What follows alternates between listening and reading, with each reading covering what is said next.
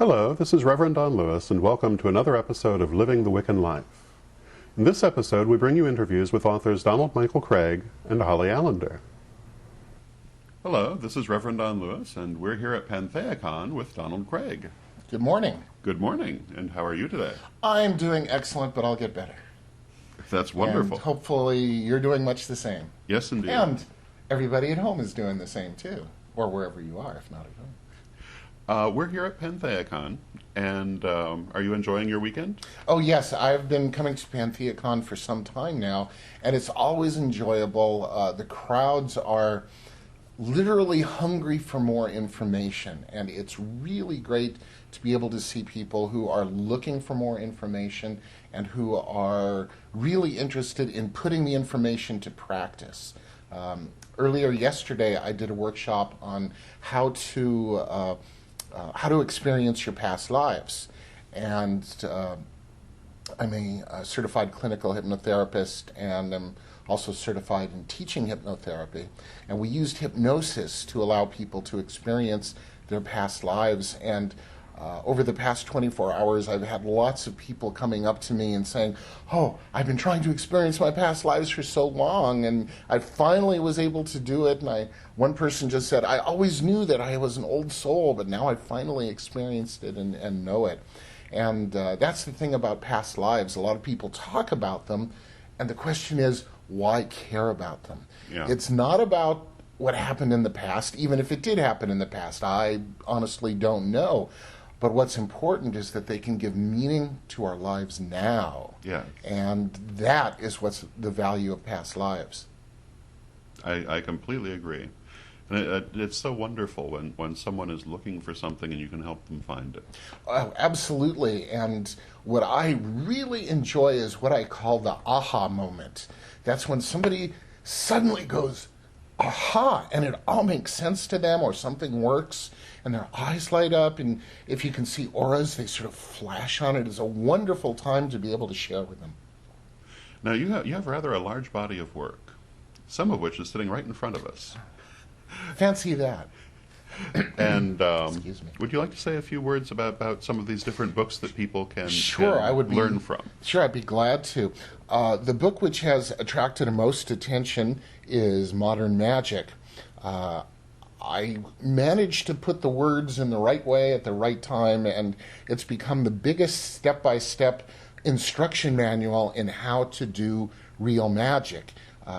It really covers an enormous and broad area, and the goal is not to be the one book that does everything, but rather the one book that introduces people to all the basic techniques, so that once you begin with Modern Magick, you can go into any other system that you want to, and it will make sense. You'll be able to get things to work, and I've just been very, very lucky. We're here at PantheaCon, which is currently in San Jose, California, and there is a group associated with a magical organization called the Golden Dawn, and some of the people told me, "Oh yes, we use that as our beginning instruction manual." Oh my goodness. And I have had letters and email. Letters are things sort of like email, but it comes somehow magically, people deliver them to your door. It's amazing. Well, people don't remember that, you know. It's sort of like records. People don't remember records, but records were big pieces of vinyl. There were big ones with little holes and little ones with big holes. It was quite interesting, and I still actually have a few of those. Yes, indeed. But I get letters all the time from people who say that their groups are using it, or that they've finally been able to achieve magical practices. And for people at home who wonder, does magic work?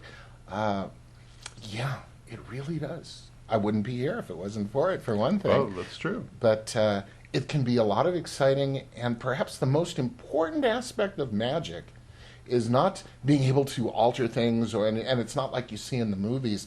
Perhaps the most important aspect of it, to my point of view, is that you can change yourself.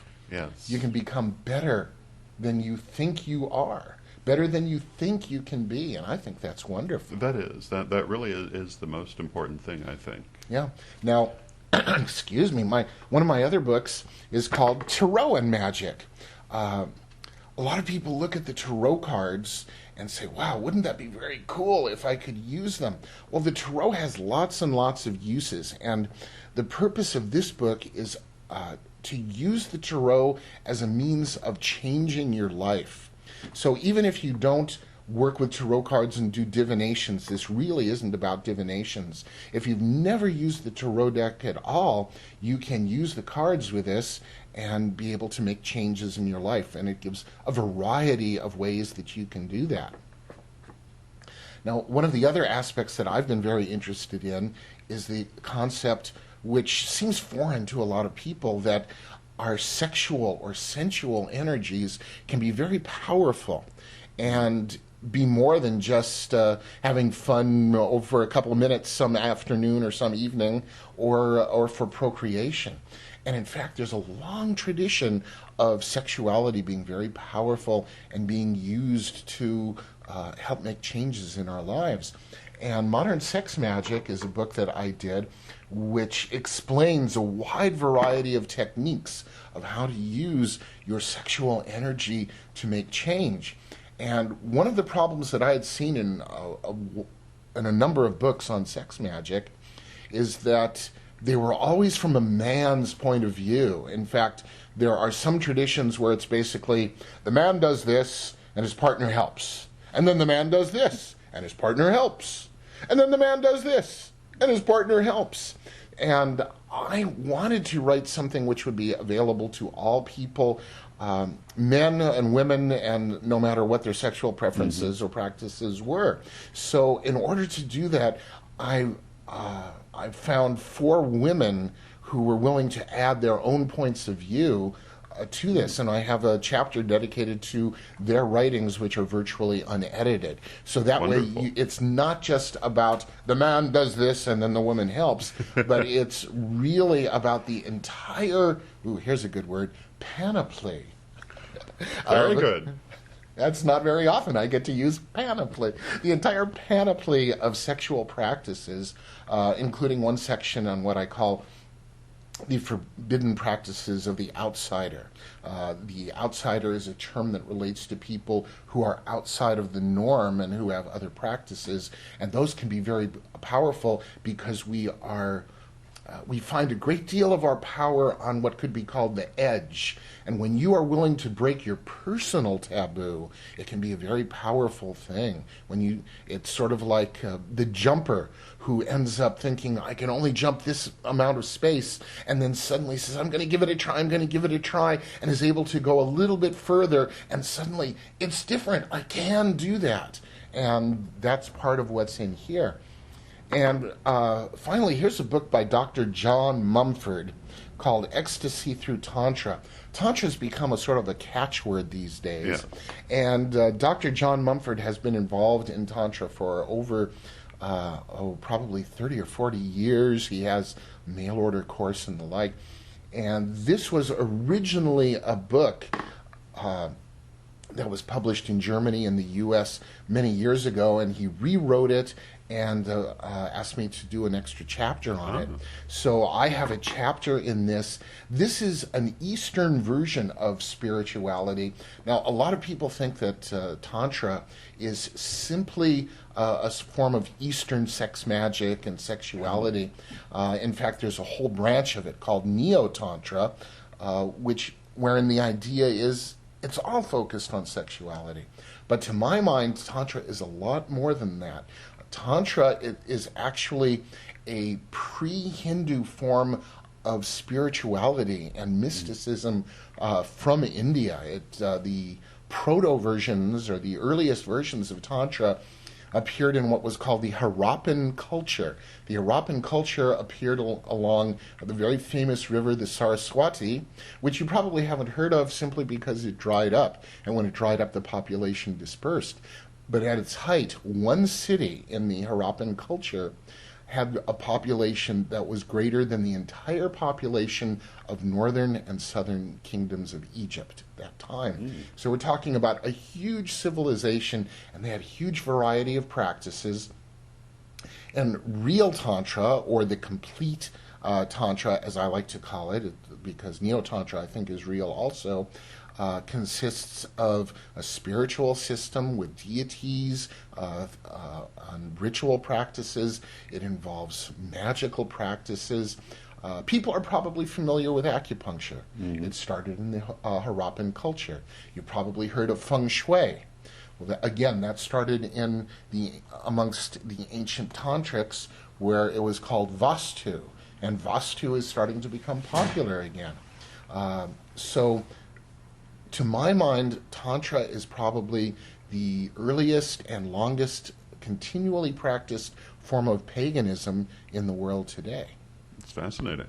So this book goes into that, and unique, that is Ecstasy Through Tantra, goes into that somewhat, and it also is one of the few books on Tantra that compares Eastern systems and Western systems. Very good. You were telling us a little earlier about the resurrection murders. Yes, I'm really excited about this. I have a novel that's going to be coming out early this year, 2008, if people are watching at a later time. It's being published by Galdi Press of Minnesota. It's called The Resurrection Murders. It's my first novel. And it has 3 plots going on at the same time. The first plot is about it's got to be about a magician.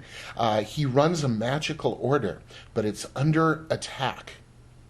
And the second plot is about a police detective in Hollywood, California, and there are bodies that are turning up on his watch, and they have those infamous occult overtones, and it's being given to him to solve these crimes before there are more murders.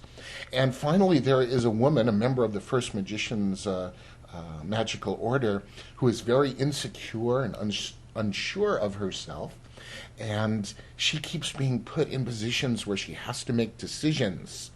And as she goes, she grows both as a woman and as a magician until she has to make the most difficult decision anybody could possibly make. And this is all occurring in Los Angeles in the present time, and it's has as a background, crazy, whacked-out occultists, weird fundamentalists, office politics, a protagonist who's too cocksure of himself. The villain wants to do terrible things like end war and crime and end disease. And then there's killer smog and massive earthquakes. And, then there's that 10,000-year-old demon who just has to pop up and show his head, so to speak. So it ends in this exciting conclusion of magical battle in Venice, California, Venice Beach.